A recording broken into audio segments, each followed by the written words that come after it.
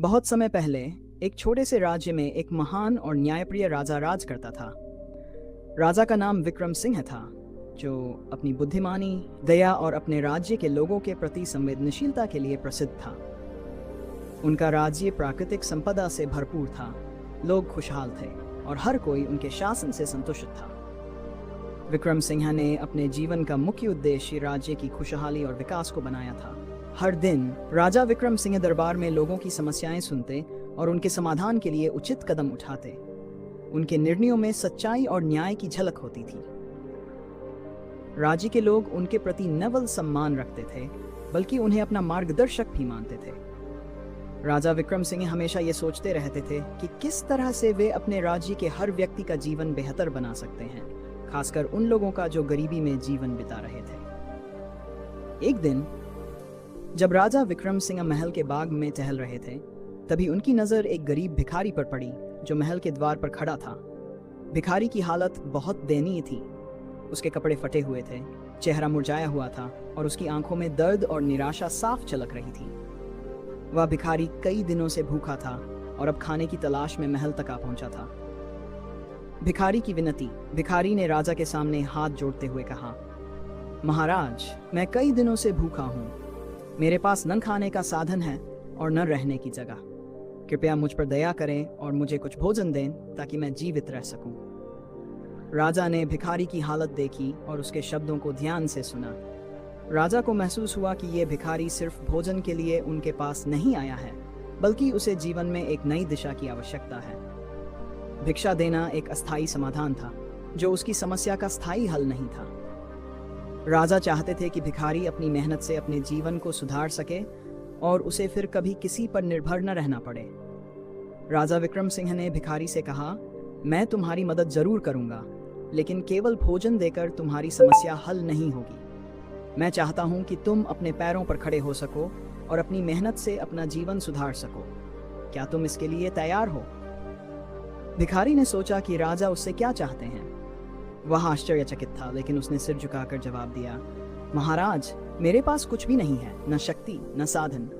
मैं कैसे अपने जीवन को सुधार सकता हूँ? राजा ने कहा, तुम्हारे पास दो सबसे कीमती चीजें हैं, समय और ताकत। मैं तुम्हें एक मौका देता हूँ कि तुम अपनी मेहनत से अपना जीवन सुधार सको। मैं तुम्हें कुछ बीज और खेती के उपकरण दूंगा। तुम्हारा काम होगा कि तुम मेरे एक छोटे से खेत में उन बीजों को बो, उनकी देखभाल करो और जब फसल तैयार हो जाए तो उसकी उपज तुम्हारी होगी। इससे तुम्हें हमेशा के लिए भिक्षा मांगने की जरूरत नहीं पड़ेगी। भिखारी की नई शुरुआत। भिखारी को राजा का प्रस्ताव सुनकर पहले तो संकोच हुआ, क्योंकि उसने कभी भी खेती नहीं की थी। वह केवल भिक्षा मांगने पर ही निर्भर था। लेकिन उसने सोचा कि यह एक अवसर है जो उसकी जिंदगी बदल सकता है। राजा ने उसे सिर्फ मदद नहीं दी, बल्कि उसे आत्मनिर्भर बनने का एक मौका दिया। भिखारी ने यह सोचा कि अगर वह इस अवसर को खो देता है तो वह हमेशा गरीब और असहाय बना रहेगा। भिखारी ने राजा का धन्यवाद किया और दिए गए बीज और उपकरण लेकर खेत में काम करना शुरू किया। शुरू में उसे बहुत मुश्किलें आईं। वह खेती के बारे में कुछ नहीं जानता था, न ही उसे बीज बोने या पौधों की देखभाल करने का अनुभव था। लेकिन वह हार मानने वालों में से नहीं था। उसने पूरे समर्पण और मेहनत के साथ काम करना शुरू किया। उसने दूसरों से खेती के गुर सीखे, पौधों को पानी दिया, उनकी देखभाल की और धैर्यपूर्वक फसल के बढ़ने का इंतजार किया। हर दिन वह खेत में जाता और घंटों तक मेहनत करता। भिखारी की मेहनत रंग लाई और कुछ महीनों के बाद खेत में फसलें लहलहाने लगीं। खेत में अनाज और सब्जियों की भरपूर उपज हुई। भिखारी का जीवन बदलने वाला क्षण। जब फसल तैयार हो गई तो राजा विक्रम सिंह ने भिखारी को दरबार में बुलाया। राजा ने कहा, अब यह सारा अनाज और फसल तुम्हारी है। इसे बेचकर जो धन प्राप्त होगा उससे तुम अपने जीवन को नए सिरे से शुरू कर सकते हो। भिखारी की आंखों में आंसू आ गए।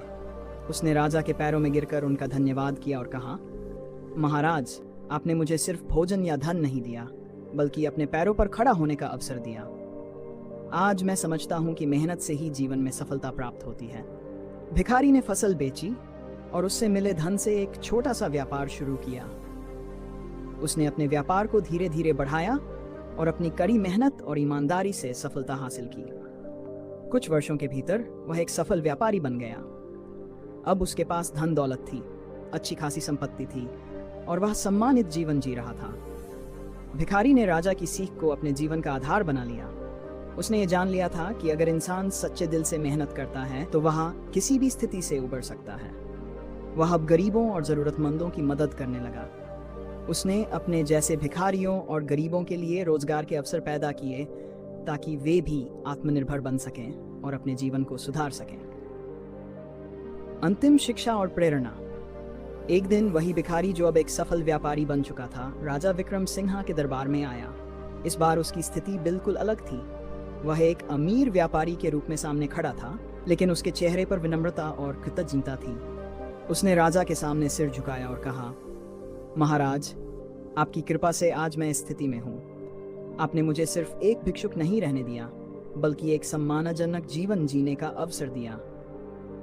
आपने मुझे सिखाया कि मेहनत और समर्पण से किसी भी कठिनाई को पार किया जा सकता है। राजा विक्रम सिंह ने मुस्कुराते हुए कहा, मैंने केवल तुम्हें एक रास्ता दिखाया था। असल में तुम्हारी मेहनत और दृढ़ निश्चय ने तुम्हें इस मुकाम तक पहुंचाया है। ये तुम्हारी अपनी मेहनत का परिणाम है। जीवन में असली सफलता तब मिलती है जब इंसान अपने लिए कुछ करने का साहस करता है। भिखारी, जो अब एक अमीर और सफल व्यापारी था, ने राजा के शब्दों को अपने दिल में बसा लिया। उसने निर्णय किया कि वह राजा की तरह और लोगों की मदद करेगा ताकि वे भी अपने जीवन में सफलता प्राप्त कर सकें। उसने अपने व्यापार का विस्तार किया और सैकड़ों लोगों को रोजगार दिया। उसके जीवन की प्रेरणा और उसकी सफलता का राज यही था कि उसने मेहनत, धैर्य और समर्पण को अपनी ताकत बनाई। कहानी से सीख। यह कहानी हमें सिखाती है कि किसी को अस्थायी मदद देने से बेहतर है कि हम उन्हें आत्मनिर्भर बनने का अवसर दें।